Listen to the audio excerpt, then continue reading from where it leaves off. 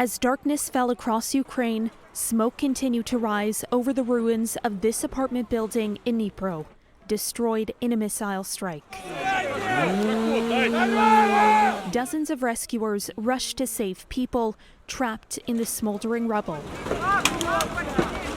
"Be quiet," they yelled, hoping to hear the sounds of survivors, as firefighters climbed ladders, guided by the flashlights of residents stranded in parts of the building still standing.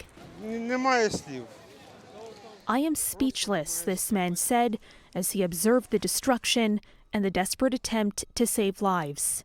The building was hit as Russia launched aerial attacks on several cities far from Ukraine's front lines. The first blasts were heard in the capital Kyiv in the morning, before air raid sirens sounded, an unusual occurrence in a city used to receiving early warnings of missiles. When the air raid alerts started blaring, many residents took shelter in subway stations. President Volodymyr Zelensky says out of more than 30 missiles launched towards Ukraine over the course of the day, more than 20 were shot down by the country's air defenses. In his nightly address, Zelensky called on his allies to send more sophisticated weapons to fight Russia, a call answered by the UK.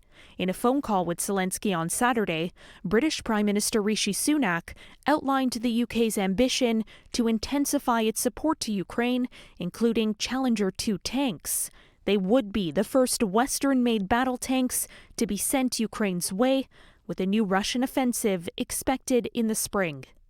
Western officials have resisted sending tanks to Ukraine's battlefields out of concern it could provoke Russia.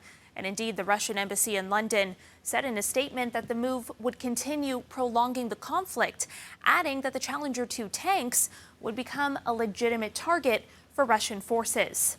NATO allies appear to be shifting their stance, however, as the war grinds on with no peace in sight. For City News, I'm Caryn Ceolin.